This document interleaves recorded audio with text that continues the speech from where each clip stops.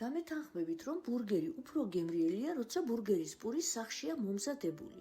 შეგიძლიათ გაყინოთ საყინულეში და როცა მოგესურვება, მაშინ მოიმზადოთ.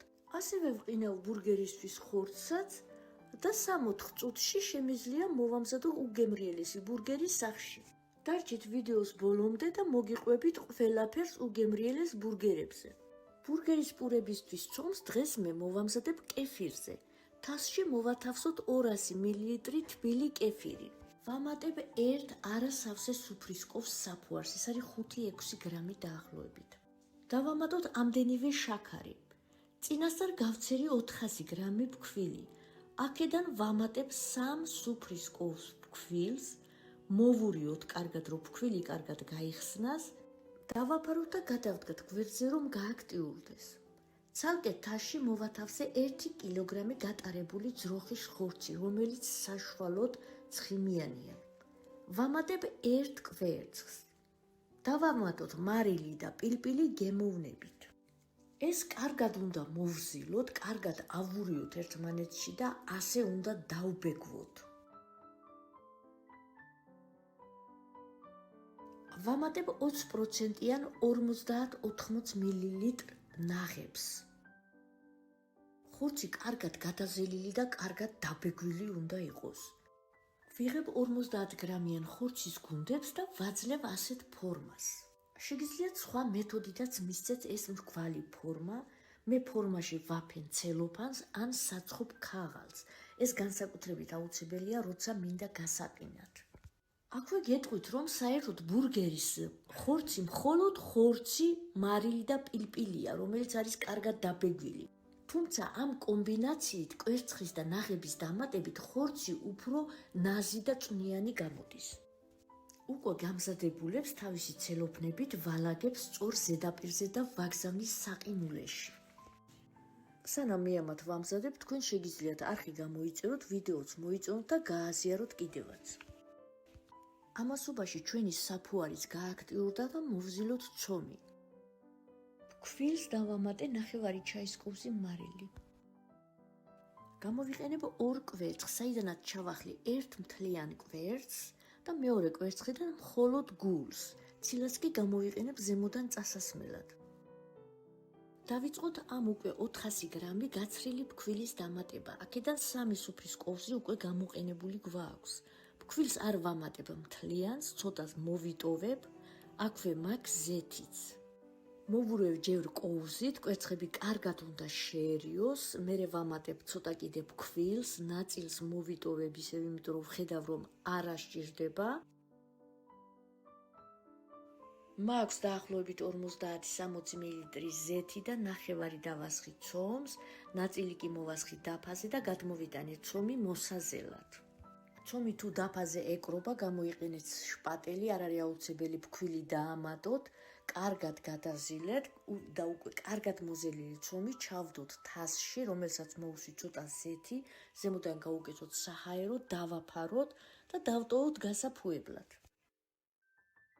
400 გრამი ფქვილიდან დამრჩა აი ეს 38 გრამია, მე ის აღარ დავამატე, რომ ცომი არ დამძიმებულიყო, მაგრამ ამას გამოვიყენებ, ცომი უკვე რომ აფუვდება. აი ასე აფუვდა ჩვენი ცომი, ნახეთ როგორი ფუმფულაა. მოვაყაროთ ცოტა ფქვილი და გადმოვიტანოთ დაფაზე. ცოტა დავამუშავე, ავწონე და გავყავი 6 სტოლ ნაწილად.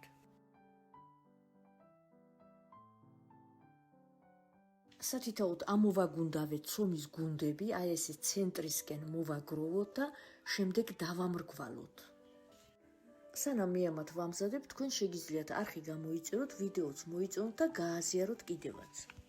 ასე მოვამზადე 6-ვე გუნდა, დღეს მე საცხობ ქაღალდს არ გამოვიყენებ, საცხობზე წაუსვამ ზეთს, მოვაყრებ ფქვილს და ზედმეტს გადმოვფერთხავ. შემდეგ გადავალაგებ ცომის გუნდებს.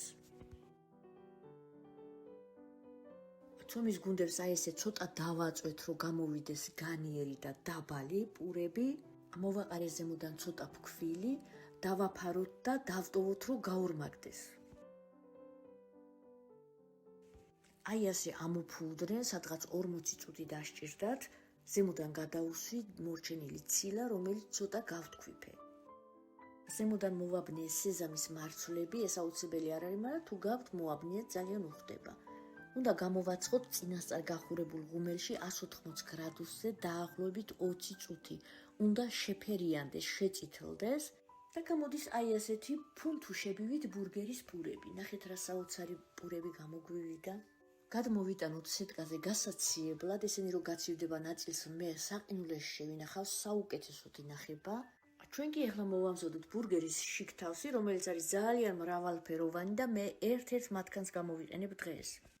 პირველ რიგში დავამარინადებ ხავხს, აი ასე ალყა-ალყა დაჭრილს წვრილად, მოვაყარე ცოტა მარილი და მოვასხი ცოტა ძმარი, დავაფაროთ და დავტოვოთ. ასევე დავჭერი პომიდორი და კიტრის მწნილი, სალათის ფურცლები და სხვადასხვა ყველი მოვამზადე. რაც მთავარია მოვამზადოთ соуსი, შეგიძლიათ მზა გამოიყენოთ, მე კი აი ასე მოვამზადებ. თასში მოვათავსე 1 სუფრის კოვსი კეჩუპი, მაიონეზი, რა თქმა უნდა, სახლის მაიონეზი ჯობია. 1 ჩაის კოვსი არაჟანი, აქ უნდა დავამატოთ ცოტა სვანური მარილი ან მშრალი აჯიკა. მე მშრალ აჯიკას ვამატებ, სულ ცოტა მდოგვი დავამატე. ვამატებ ცოტა ნიორს, მოვურიოთ და ჩვენი სასაული соуსი მზად არის. ეს არის ერთი ბურგერისთვის.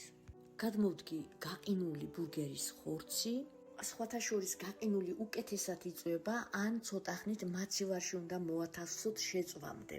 ეს ცელოფანები უნდა მოვაშოროთ, ნაწილს მე ცელოფანში ჩავალაგებ, აი ამ ნაპირს თერმოაპარატით შევაწებებ და შევინახავ საყინულეში. ასევე გავაკეთებ ბურგერის პურებსაც, რომლებიც უკვე გაცივდნენ და ჩავალაგებ ცელოფანში და შევინახავ საყინულეში, რაც არ ამჭირდება ამ დღეებში. აქ ძალიან მნიშვნელოვანია, რომ პარალელურად უნდა შემოვდგათ ბურგერის ხორცი შესაწვავად და ასევე პურებიც უნდა გავჭრათ შუაზე და დავაწითლოთ. სანამ ბურგერის ხორცი იწვევა, პურები უკვე შეწითლდა და ცხელ-ცხელსვე დავადოთ თითო ნაჭერი ყველისა. ზემოდან გადავუსვათ соуსი და მოვალაგოთ საჭირო ინგრედიენტები, რაცა გვაქვს. ბურგერის ხორცით რო ორივე მხარეს უკვე შეიწვება, დავადოთ ყველის 1 ნაჭერი და მალევე გადმოვდოთ და ცხელივე დავმოვათავსოთ ჩვენ ბურგერის პურზე.